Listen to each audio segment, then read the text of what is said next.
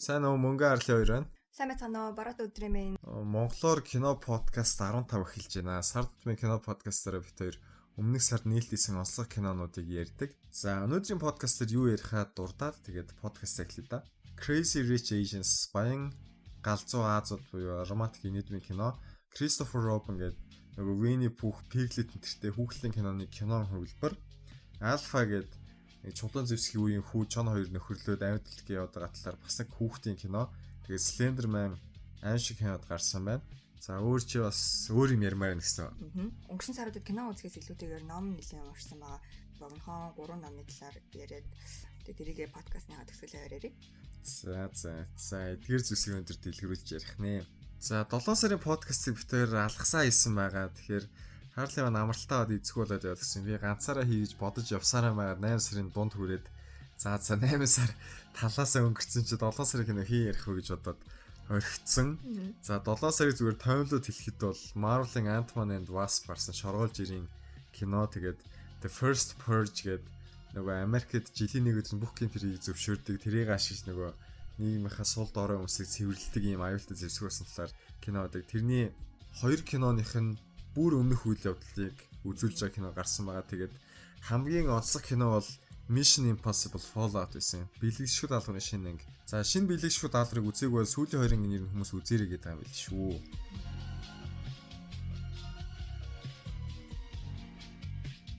За энэ сарын эхний кино галзуу баян Азууд Crazy Rich Asians романтик нийтмийн кино байна. Джон Чу гэдэг Америкийн хятад найрлагч байна. 38 настай. Тэгээд Step Up гэдэг нөгөө бүжигтэй кинод байдаг. Justin Bieber Never Say Never Believe гэдэг Justin Bieber кинод. Тэгээд өөрөө ер нь бүжгээс их урам зориг ирч хүч уран бүтээлийн онготой авдаг хүн юм байлээ. Тэгээд Холливуудын хувьд хамгийн амжилттай кино нь болохоор энэ байна. За ямар үйл явдалтай вэ гэхээр энэ Нью-Йоркт төрсэн Аз охин байгаа юм л да. Бас нэг Сингапуроос ирсэн найз залуутай. Тэгээд найз залуутах нэг сайн мэддэггүй байсан. Сингапурт найзыг нь хөрөн болж байгаа хамт явъя гэд очисон чинь нөгөө найз залуу нь бүр учиргүй баян айлын хүү болж таарад. Тэгээд ээжд нь надлагдаад найз залуугаас гүдгээс октоодиас бай болоод явж байгаа талаар ийм үйл явдалтай романтик нийтмийн кино гэсэн билээ. За Rotten Tomatoes-д шүүмжлэгчдийн 93%, үзэгчдийн 88% талцсан IMDb-с $1.6 авсан байсан. Дүгнэлт нь юу вэ нөхөр хайрын тухай бусад нийтмийн кинодоос зөндөө санаа сэтгэлийн дуурайсан байсан. Гэхдээ дөрүүд нь тэгээ жүжиглэлт нь их сайн болсон байна. Азийн соёлын явдал гарч авч бас өнгөлөг аятайхан болжээ гэсэн байлээ. Түншигт нь илүү таалагдсан бол бас жоохон тийм байх гэдэг хандлагатай. Тэгээд Америкийн Азууд гэдэг чинь бас их сонирхолтой бүлэг хүмүүстэй 17 сая орчим хүн бол энэ англид хариалагдсан байлээ. Тэгээд нөгөө Азиас, Хятадаас, Японоос, Солонгосоос очисон хүмүүс ингээд нөгөө 2-3 үеэр тэнд амьдраад ирсэн ч гэсэн цагаан арьстай биш, хар арьстай биш болохоор бас тентхийх биш. Одоо бараг нутаггүй маягийн хүмүүс болж таардаг байхгүй юу? Тэгээ бас нэг жоохон гадуурхагддаг, үйл явшигддаг хандлагатай. Тэгээд тэр хүмүүсийн бас төлөөлөл энэ хүмүүс илэрхийлж гарч байгаа ийм амжилттай кино гарсан бол чухал алхам гэдэг талаас нь шүүмжлэлт бас их магтаадах шиг байлээ. Тэгээ ер нь бол одоо ингээд second generation ч юм уу чиний түрүүний хэлсэн ингээд хэдэн үеэр Америкт байсан Азууд бас гендэж би гоодож би гэдэг шиг өөрснөө айгуу тийм tight community гэж ярьдаг шүү дээ. Хоорондоо айгуу тэгж нийлж найрлж явна уу гэхээс биш цагаануудыг харуулдаг латинуудыг юм өөрийнхөө группнийх оруулаад байх тохиолдол айгуу бага байдаг.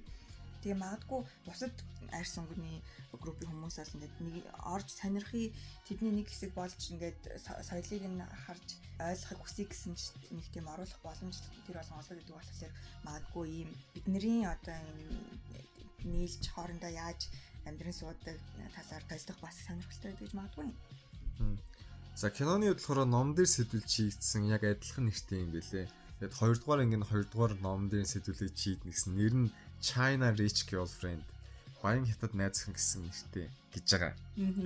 Тэгээд романтик хэдэн кинодыг бид нар одоо харж лаа ингээл цагаан хүмүүсийн асуудлаа яриад үйл явдлын дараалал их тодорхой байдаг.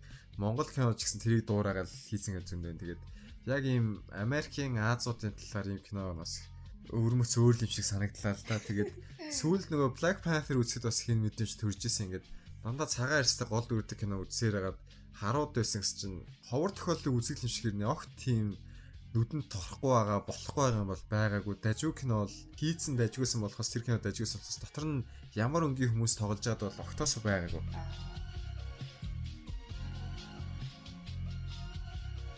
За дараагийн кино Christopher Robin гэдэг нөгөө Winnie Pooh-ийн одоо live action кино байна.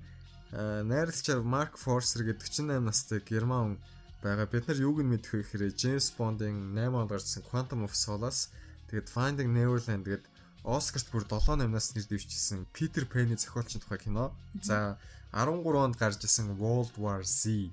Холливуудын зообтой кино талаас бол яг нэг боломжтой кино байсан. Тэр нээс ерөнхийдөө гайгүй найруулагчийн кино. Тэгээд үйл явдал нь болохоор нөгөө Christopher Robin хүүчин ажил амжилтад том хүн болоод тэгээд яваад гисэн. Тэгээд нөгөө амьтад нь энэ дээр ирэх гээд Лондонд очиж байгаа талаар үйл явдалтай кино юм билээ. Шүүмжлэгчдийн үед их зохиолуудын нөгөө бидний багада үзсэн хүүхдийн кино их гүйцэд байхгүй ч гэсэн яг хөө тэр кинодыг үздэг байсан, мэддэг байсан бол тэр багын дурсамжийг сэргээн их гоё мэдрэмж өгөхөр л кино байна гэсэн билээ. Тэгээд энэ киног манай Харли үзсэн байгаа. Ямар санагдав? За баялаа. Би энэ киног үзээд таалагдсан гэж надад таалагдсан. Би бас энэ нэг Winnie Pooh-ыг үзэж өссөн. Гэхдээ хоёулынх нь үзсэн хувилбар бол нөгөө нэг Орс Winnie Pooh нах гэж бодож байна. Орсын ч үзчихсэн, нөгөөх нь ч үзчихсэн шүү дээ. Америк хөлбөр үзчихсэн. Америк хөлбөр нэх үзэж байгаагүй. Орсыг нь бол яг нөгөө нэг тийм нэг ногоон шаартай анги гэдэг юм а. Тэрийг нь л айгуух таацаана. Тэрнээс бус тэр англи Америк хэл дээр нь уншаад тэр үед нөгөө ердөөсөө чихэнд наалддаг байсан байхгүй юу? Тийм үү. Огт миний мэдгүй хэлээр яриад байдаг. Тэгээл нэг тийм жоохон тийм меланхолик кино штэ. Айгуу дүр зураг нэг их амар тод гоё хөгжилтэй тийм салют малучиг миний сонирхлыг татгаар төрлийн кино биш байхгүй. Тэгэл ойлгодгоор Орс дээр үзээл нэг тэр нэг өрөвдмөр англи айгуух санаад ордё. Киног нь үзсэн чинь айгуу хөөрхөн санагцаа. Юутай ч трейлерээс нөгөө Пүүхэн ярьж байгаа нэг тийм стайл интернет цаанаасаа их дүү хөргмөр санагдаад Christopher Robin том болоод нөгөө тоглоом найзуудаа мартцсан. Тийм байж хат найзууд нь эргэж өөрийг нь олж ирээд одоо кинон дээр болохоор Christopher Robin ихний охин хоёртой болсон. Тэгээ охинтойгоо харьцдаг харьцаа нь жоохон хүүтэн хүнд идүү цаа чин нөгөө амьдрах гал яаж жоохон болохоор гэр бүлийнхээ харилцааг нэг их эрхэмлэхгүй ажил дээр яаж нөгөө гэр орноод ижих үгүй л карьераа голчилсан байж хат нь охин нь айгуу тийм аав анхаарал халамжаар дутдаг хэсэг гарт юм лээ. Тэгээд чихмэл тоглоомнууд нь охинтой танилцаж татнасаад одоо she's one of us гэж нөгөө крүүдээ хүлээж авч байгаа хэсэг бас гардаг байхгүй. Наа чи ерөөс яг нэг тоглоомын төгөх 3 шиг сонсогдоод эхэллээ шүү. Яг ингээ залгамж халаан ингээ давагдаад. Тийм. Нэг тиймэрхүү л байсан.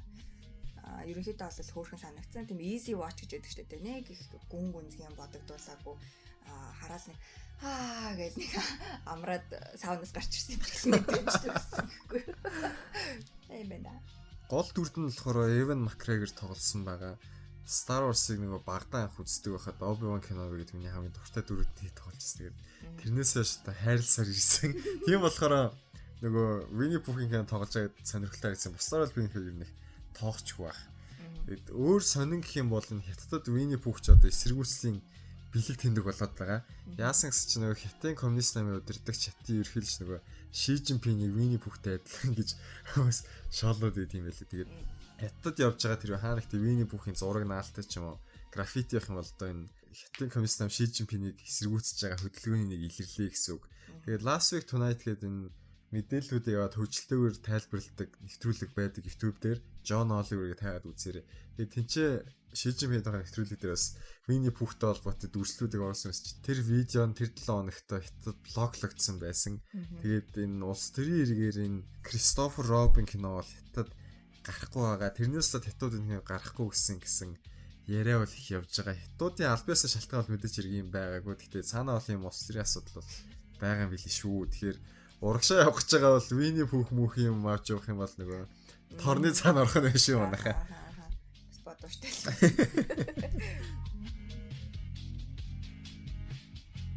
За дараагийн кино Alpha гэдэг нэг хүүхдийн акшн триллер маягийн кино байна.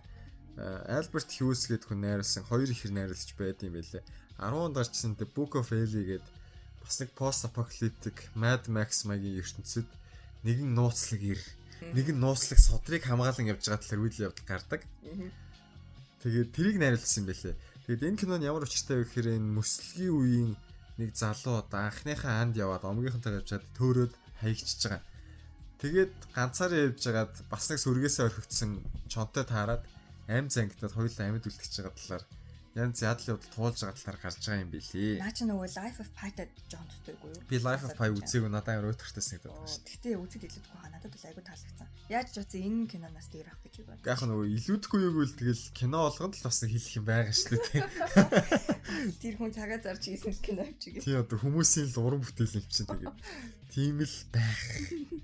Гэхдээ үнэлгээнүүд нэг сонирхолтой. Rotten Tomatoes дээр шүүмжлэгчдийн 82% үзэгчдийн 76% таалагдаад IMDb-гээс 7 авсан. Тэгээд зураг авалт жүжиглэлийн их багтаад байлээ. Тэгэхээр Life of Pi ч гэсэн тийм л байсан шүү дээ. Тэггүй. Хараад нэг үзий гэж бодоход. За, энэ кино уулын жилийн өмнө гарах байсан юм байлээ. Тэгээд хойшлогдсон. Дотор нь англиар нэг ч яриа байхгүй. Бүгдээрээ зохиомжтой чулуун зэвсэг юмс яриагаар ярина. Тэгээд нэг юм сонин кино байна да. Монголд бас нийлт хийгээд байгаа харагдсан. Сүүлдээ бүр гаргах киноч болж байгаа юм шүү. 8 сард ялангуяа бүр яригээ донц кино бараг байсангүй ирээсэн. Ингээл орог болоо тэгээд трейлер энтрийг үзээд нь Alpha энтрийг үзье гэж огт бодогдохгүй байгаа юм чи. За дараагийн кино Slenderman-ийн аим шиг кино гарсан байна. Тэгэхээр бүгдээрээ 10 жилд байхдаа ихэнх нь утсан дээр тоглодог байсан санаж байгаа бах. Тэр видео тоглоом эхлэегүй юм уу? Уцаар эхэлчихсэн юм уу? Гүү утсан дээр ихлэ тоглоомоос байхгүй юу? Тэгээд утсан дээр тоглоом болохоос нөгөө интернетийн одоо аим шиг яриад нэг байсан. Нөгөө хүүхдээ цүнс дуудыг гэдэг байсан шиг л нэг тийм. Тийм. Нэг юм костюмтэй өндөр гонжсэн нүүргөө сталкер маягийн аим шиг гарын тухай яриад байсан шүү дээ. Тэгээд тоглоом болоо тэгээд кино надаа ингэж гарч ийн. Sylvain White гээд Америкийн Франц найрлагч байна. Ерөнхийдөө The American CSI, Hawaii Taft-ыг, Sleepy Hollow гээд телевизийн цувралууд, телевизийн шоудыг найруулдаг хүн. Rotten Tomatoes-ийн шүүмжлэгчдийн 7% үзэгчдийн 20% таалагдсан. IMDb-гээс 3 оноо. Төсөв бахтай аим шиг хадад бол тийч муу үнэлгээ бол бас биш. Иймэрхүү хадад бол боломжийн байдаг л үнэлгээ заяа юм бол. Гэтэ өөрөө нөгөө цаашаа develop хийхэд бас хэцүү сэдв болохоор явцгүй юм шүү. Хараа одоо яаж хийвэл болох юм бол доо. Үйл явдал нь болохоор Slenderman-ийн тухай ярьцдаг байсан нэг Америкийн жижиг хотын нийлдэг өсөө хүүхдүүдийн нэг нь алга болж байгаа л үринж байгаа юм билээ. За тэгээ тэр хүүхдүүд юм хоёулын ямар юм. Тийм бас нэг юм жижиг хоттой юу гэх юм бол Stranger Things байна. Сүүлд бас нөгөө It нээлттэй гэдсэн. Тэрийг аваад дээр үеийн алдтай нэг юуг аваад нэг юм мөнгөл олтгсон мяал кино ах шиг байна л та. Тиймэрхүү л ах шиг. За тэгээд 8 сарын болохоор гайгүй ярьчих хэрэг кинод бол ийм байл. Ер нь бол онцсон байсангүй дээр нь тийм.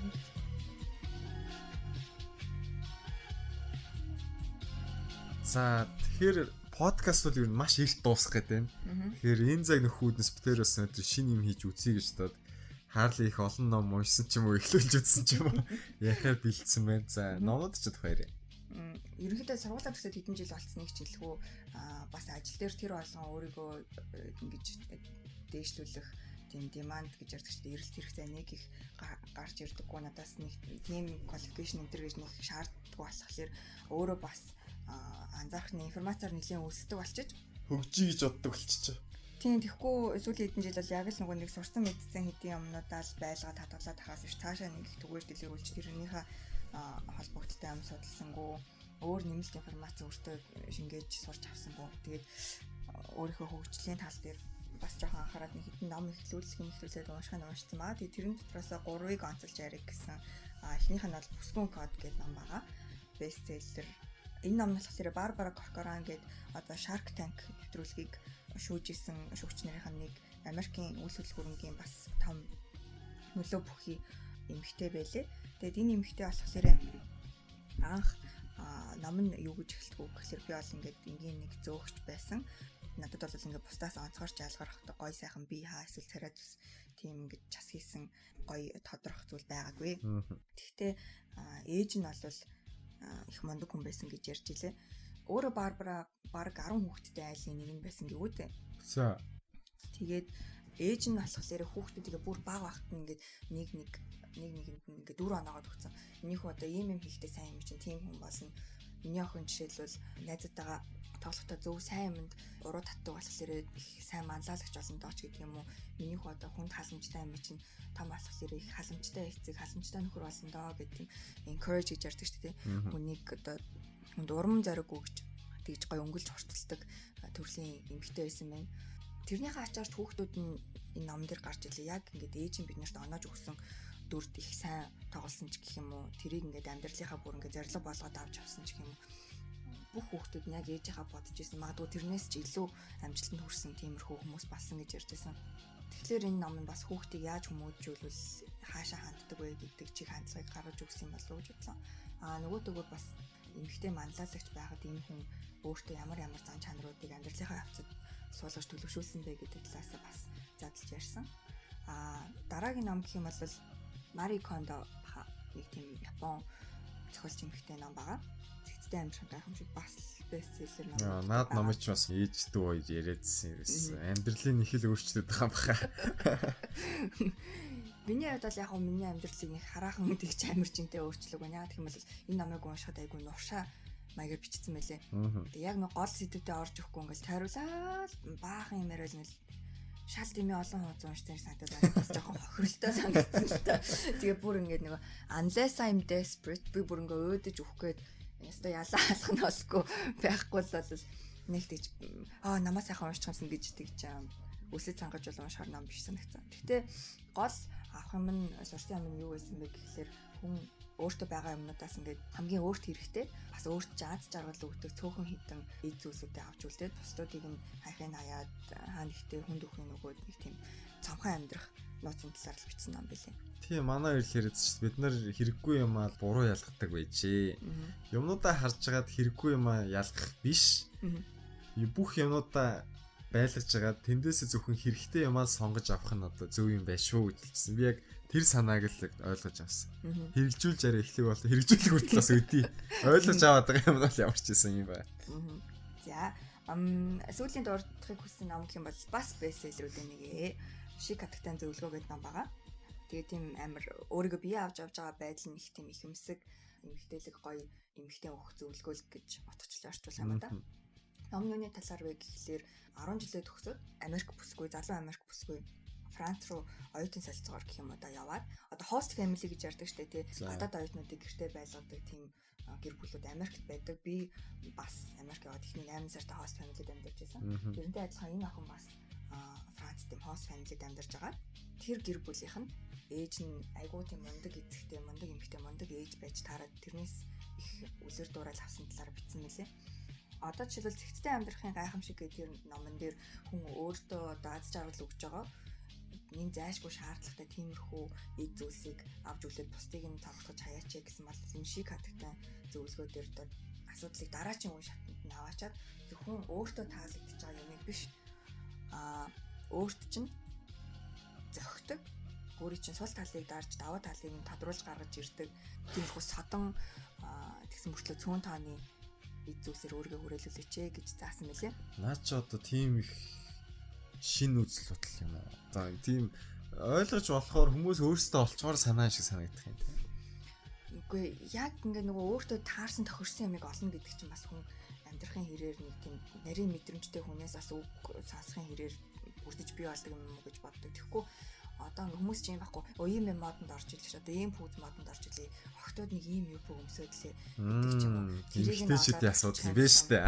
Үгүй эрэгтэйчүүд гэсэн гэдэг байхгүй одоо нөгөө суудал доортой нөгөө бүгсэн тэр доор унжсан нэг өмднүүд байгаа гэдэг шүү дээ. Чи тэгэл хүүхдүүдийн л хэвчтэй. Үгүй тэг бидний үеийн залуучууд гэсэн өмчлээ. Тэгэл нэг хэсэг нэг завин гутал гэдэг шүү дээ. Ингээд нэг би бүр сонсоочгүй өнгөрцөн байна наад гэж. За тэгтээ яана би төвч гарцсан байна шүү дээ. Би чамтай загварын талаар юм ярихгүй.